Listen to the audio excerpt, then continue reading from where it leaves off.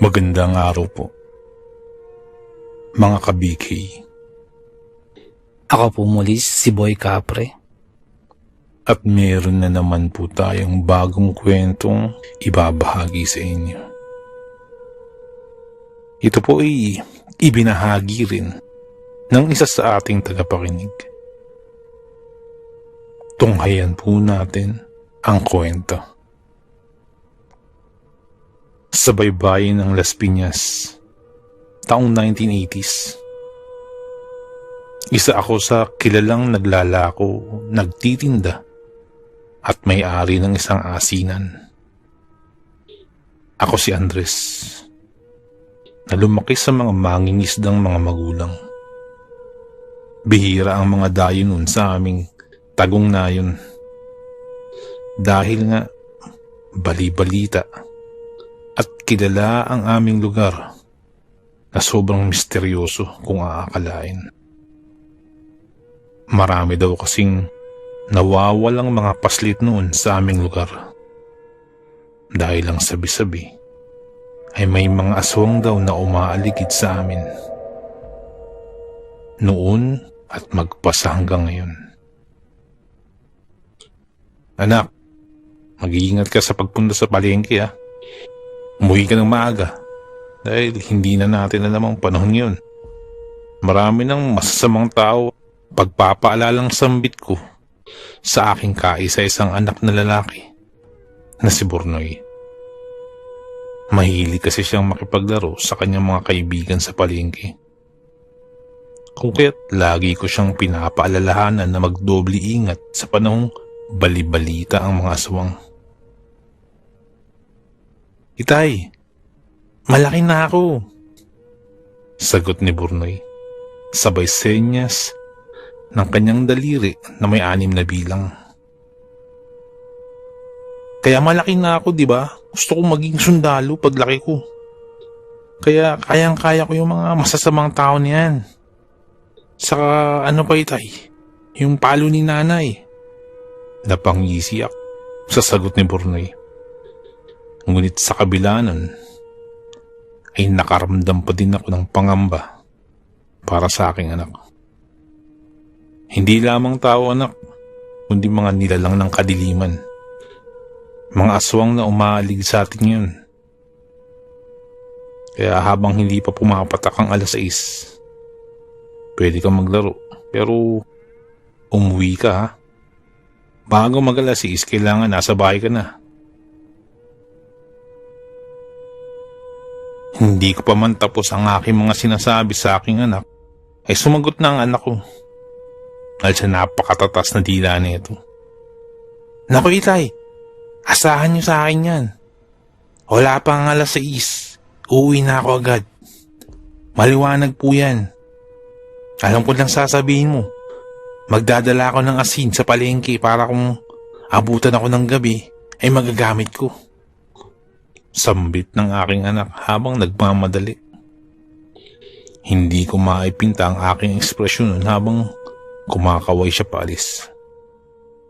Hindi ko alam kung bakit hindi ako masayang gumala siya nung araw na yun. Tila ba may mangyayaring hindi ko inaasahan o hindi ko magugustuhan. Makalipas ang ilang oras, maghapon akong nag-asikaso ng aking asinan. Pati na rin ang mga bagong tinutuyong asin sa aking pwesto. Sa aking bakuran malapit sa baybayin. Mahangin at maliwalas ang likod bahay namin dahil malapit kami sa dagat. Ngunit kapag pupunta kasi ron ay medyo mahirap na. Kung kaya't pinipili na lamang ng iba na huwag nang dumaong sa aming lugar. Ngunit akala lang pala namin yun. Dahil bali-balita na rin pala sa mga karatig na yun ang mga aswang na dito sa amin nang bibiktima. Umatak na ang 6 ng gabi. Wala pa rin si Bornoy. Inaasahan ko'y babalik siya pagpatak ng 6. Siyempre sobrang aking pag-aalala. Parang ang aking dibdib ay hindi makahinga. Pero iniisip ko na baka nasa loob na siya ng bahay at baka hindi ko lang napansin. Pagbalik ko sa loob ng bahay, napansin kong parang walang tao. Nagmadali akong hanapin siya sa loob ng aming bahay. Wala akong makita kahit sino. Walang tao sa loob ng bahay. Habang naghahanap ako sa loob ng bahay, ay mayami ay biglang may kumatok sa aming pintuan. Kaya't walang ano-ano'y, bigla na lamang gumana ang aking pakiramdam. Alam kong si Bornoy yung tumakatok na yun. Pagkabukas ko ng pintuan, ay agad kong sinalubong siya ng ngiti. Ngunit, Mang Andres, ang inyong anak na si Bornoy. Bumungad sa akin ang humahangos at hinihingal na si Paling. At parang nakikinita-kinita ko na sa kanyang mata ang kanyang gustong ipahiwatig. At nung nalaman ko ang kanyang itinuran, ay agad na hinayaan ng aking damdamin na tumangis ang aking mga mata nang hindi ko lubos na namamalayan. Bumuhos ang aking emosyon at natagpuan ko na lang ang aking sarili na nananagoy. Sino may gawa nito sa'yo? Hayop. Hayop sila. Panaghoy ko habang tumatangis ako na hawak-hawak ang kaawa-awa kong anak. Puno siya ng kalmot, mga galos, at may malalalim na sugat. Nawawala rin ang ilang lamang loob nito. Tila isang mabangis na nilalang ang kumuha sa buhay ng aking anak. Sobrang sakit nito. Abot-abot ang pagsisisi ko na nawala sa puder ko ang kaisa-isang anak namin. Hindi ko alam kung paano ko masasabi to sa aking asawa. Hindi ko alam kung ano mangyayari sa akin. Wala na akong kapiling sa buhay. Ikinalulungkot namin na nangyari sa iyong anak, Mang Andres. Ayon sa mga saksi, huling nakita daw si Bornoy na puno ng dugo ang dibdib at parang hinahabol ng mga nilalang. Mga asong ulol daw yun. Hinahabol naman ng mga kalalakihan, mga asong ulol na yun. Ngunit sa hindi maipaliwanag na pangyayari, ay biglang nawala ang mga aso. At naabutan nilang wala ng buhay ang inyong anak sa gilid ng dalampasigan. Malungkot na pagpapaliwanag sa akin ni Paling patungkol sa malagim na sinapit ni Bornoy. Isa si Paling sa magulang ng kaibigan ng aking anak sa palengke. Sinabi nila ang buong nangyari at nalaman ko rin na naging biktima rin pala ang anak ni Paling na si Ladyo, kaibigan ng aking anak. Ngunit ang kinaibahan lamang ay nakaligtas si Ladyo sa paglapa sa kanila ng mga sinasabi mga asong ulol yan. Hindi mga asong ulol ang mga nambiktima sa ating mga anak, Paling. Hindi mga aswang. Aswang na umaaligid, Paling. Kaya nagsisisi ako pinabayaan ko ang aking anak na gumala nung araw niyon. Hindi ko matanggap. Hindi. Sagot ko na punong-puno ng pagsisisi habang kinakausap si Paling. Walang naniwala sa akin. Walang naniwala sa mga saksi dahil sa mga aso ulul lang daw ang may kakagawan nun at wala ng iba. Ngunit hindi ako naniniwala. Alam namin na dapat kaming kumilos sa mga mabibiktima pa lamang ng mga aswang na to. Kung hindi maniniwala ang mga otoridad, hinayaan nila kami nun dahil na rin sa malayo ang aming nayon. Kaya't naiintindihan namin yun. Kaya kami na lamang ang kumilos para sa ikabubuti ng aming nayon at baybayin na hindi na kami mabiktima pa. Mga kanayon, may nabiktima na namang mga paslit sa kabilang nayon. Nakakabahala na to. Kung sana'y mahuhuli natin ang mga aswang na yun. Saka pa lamang tayo magiging panatag sa nayon nating ito. Winika ito ni Kokoy na isang mangingisda sa kabilang nayon na maging sila ay nababahala sa nangyayari sa aming lugar. Habang iniisip ko kung paano ko sasabihin sa aking misis ang pagkawala ng aming anak, ay iniisip ko rin na kung kamusta kaya siya sa kabilang nayon. Malayo-layo rin kasi ang nayon kung saan nagtatrabaho bilang isang mananahi ang aking asawa. Kung kaya't imbis na ipamasahe ko yung paroon at parito, ay napagkasunduan na lang naming mag-asawa na sa pagkain na lang yun igasta at uuwi na lang siya kada linggo. Ngunit sa puntong yun, ang inaakala kong pag-aalala at pamumroblema sa aking mga sasabihin sa aking asawa, ikinagulat ko ang mga sumunod na tagpo sa aking buhay. Pagkalipas kasi ng 3 buwan, ay wala pa rin akong balita sa aking asawa. Hindi ko rin alam kung paano siya makakausap dahil sulat lang noon ang aming komunikasyon at matagal itong dumating. Kung kaya't pahirapan dahil na rin sa layo ng kanyang lugar.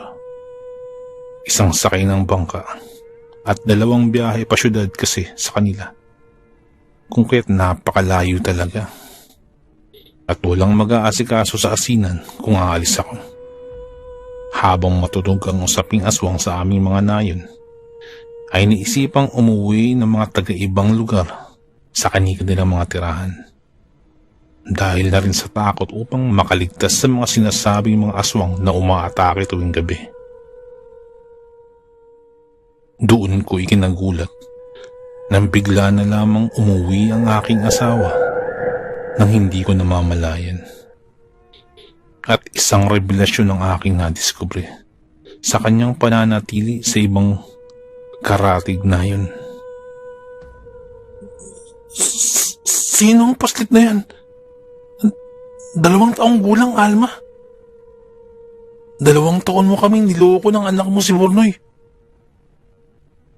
Hindi namin alam na may kinakalantari ka pala sa karatig na yun. At may-ari pa ng patahian. Hindi ka na nahiya sa sasabihin ng ibang tao. Palakaw ko sa aking nadiskubre. Hindi ko matanggap ang ganitong ganti sa akin ng kapalaran. Namatay na ang aking anak na si Bornoy. At naging taksil naman ang dakila kong asawa. Nasaan si Bornoy? Gusto ko siyang makita. Gusto ko siyang makausap, Andres. Sigaw na may pangamba ni Alma sa akin. At dahil sa sumbatan, ay naisiwalat ko na ang nangyari kay Bornoy. Wala na siya. Wala na siya, Alma. Nabiktima siya. Pinaslang siya ng mga aswang. Hindi niya nagawang iligtas ang kanyang sarili. Hindi niya nagamit ang asin na lagi kong ipinapadala sa kanya. Wala na siya, Alma. Habang idinidikta ko kay Alma ang mga ito, hindi ko maiwasang tumangis at mapatingin sa nakahikbing itsura ng batang paslit na buhat-buhat ni Alma. Hindi ko alam kung bakit ko naaalala sa bata ang namayapa akong anak. Sa kabila ng bunga ito ng kataksilan ng aking asawa at ng kanyang amo sa patahian. Nagpaliwanag si Alma. Hiwalay na sila noon ayon sa kanya. Ngunit hindi pa rin maaalis ang sakit na ginawa nila sa akin. Bagamat ganun pa man, walang kinalaman ng batang ito sa kanilang kataksilan. Ngunit mga pawang matatalim at mahahapding salita ang aming nabitawan sa isa't isa nung gabi na yun. Habang hindi namin namamalayan, ang takol ng mga tila halimaw na ulo ng aso sa labas ng aming bakuran. Doon namin napagtanto na ito na ang mga aswang na kumukuha ng mga bata. At iyon nga ang aking naging pakuwari. Gusto nilang paslangin ang paslit na anak ni Alma. Banoy, Ang pangalan niya, Andres Banoy. Gusto ko sanang ituring mo siyang parang anak. Dahil hindi tanggap ng ama nito ang anak namin. Pero alam ko maaalagaan natin siya. Tatanggapin mo pa rin kami. Sabi ni Alma. Sa puntong yun ay gulong-gulo ang aking isipan. Punong-puno ng galit ang aking dibdib dahil sa kagagawa ni Alma. At punong-puno din ng hinagpis sa nangyari kay Bornoy. Ngunit naisip ko din na walang kinalaman ng bata dito. Ang kasalanan ng kanyang ina ay hindi magiging kasalanan ng anak. At isa pa, parang nabubuhay si Bornoy sa katauhan ni Banoy para sa akin. Parang nakikita ko ang aking anak sa batang yun. At parang hindi ko na matatanggap na may mapas lang pa ang mga aswang na inosenteng bata dahil dama ko ang sakit ng pagiging ama. Biglang lumambot ang aking damdamin at nagdesisyon akong tanggapin sila sa puntong yun. Naging mapagpatawad ako upang iligtas sila sa kapahamakan. Lalo na sa mga aswang na nagbabalat kayong mga ulol na aso. Tulad ng nangyari kay Bornoy, ayokong maranasan ng mag-ina. Kaya bilang mabuting ganti, ay iniligtas ko sila papuntang asinan. Tara sa asinan, Alma. Akain mo ang bata. Ligtas tayo dun sa mga aswang na magtatangkang patayin si Banoy. Magpapalipas tayo ng gabi sa asinan ko. Sambit ko nang may tiwala sa sarili. Maililigtas kami ng asinan ko malapit sa dalampasigan. Dahil ang asin ay paniwalang kontra sa mga aswang na yun. Sinigawan ko si Alma nang may pagmamadali dahil sa gusto kong iligtas ang mag-ina.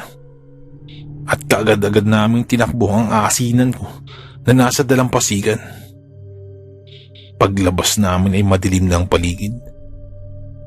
Ngunit ramdam mo ang takot sa paligid. Ni isang tao ay wala sa kapaligiran. Lahat ay nagtatago. Tanging kami lamang ang naglakas loob na pumunta sa asinan. Hindi naman ito malayo. Kayang-kaya itong takbuhin. Ngunit makailang hakbang pa lamang ay rinig ko na agad ang mga kahul ng animoy dambuhalang aso sa aming likuran. Takbo, Alma! Sigaw ko. At sa pagpupumilit ni Alma tumakbo ay halos umada pa ito dahil na rin sa bitbit niya si Banoy. Hindi ko na alintana kung ang bata ay anak ko o hindi. Pero sa puntong yun, ay kailangan niyang mailigtas. Pagkadapa ni Alma, ako na ang dumampot sa bata at kinarga ito. Kaagad din naman tumayo sa pagkakadapa si Alma at sabay kaming tumalilis ng takbo. Habang tumatakbo ay ramdam na ramdam ko na papalapit na ng papalapit ang humahabol sa aming mga aswang. Lalong lumakas ang mga angil na nililika ng mga ito. Kaya napasigaw na si Alma sa sobrang taranta.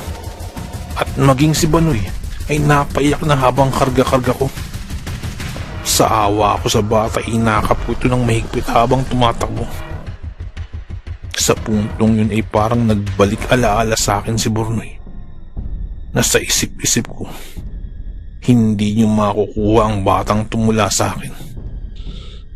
Umiiyak din ako dahil sa halo-halong emosyon. Galit, takot, at awa sa bata. Ngunit pilit kong itinuon lamang ang aking isipan na kailangan lang namin makarating sa asinan. Nang mapansin ko na lamang ang puting malabundok sa aking harapan. Iyon ang asinan. Nasa harapan na namin. Ngunit may humahabol pa din sa amin. Kaya lalo pang binilisan ng aking takbo. Sabay tawag ko kay Alma na bilisan pa ang takbo niya. Malapit na kami. Nang makalapit kami, napatalon ako sa malambundok na asin kasama si Banoy. At ganun din si Alma, tumalon din ito. At kitang-kita namin ang mga nilalang na humahabol sa amin. Napahinto na lamang ang mga ito at hindi makalapit sa napakaraming asin sa aming paligid. Hanggang sa umalis na lamang ang mga ito, makalipas ang ilang sandali. Nakaligtas kami sa bingit ng kamatayan nung gabi niyon. At napaakap sa akin si Banoy at si Alma. Hindi naging madali para sa akin ang nangyari. Ngunit kalaunan ay natanggap ko din si Banoy na para kong anak. At siya na ang itinuring ko at pumalit sa anak kong si Banoy. Ano ba ang nasa dakong paroon? Mula ba ito sa ligaw na imahinasyon o likha ng malikot na pag-iisip? Maraming salamat po sa pakikinig. Magandang gabi po.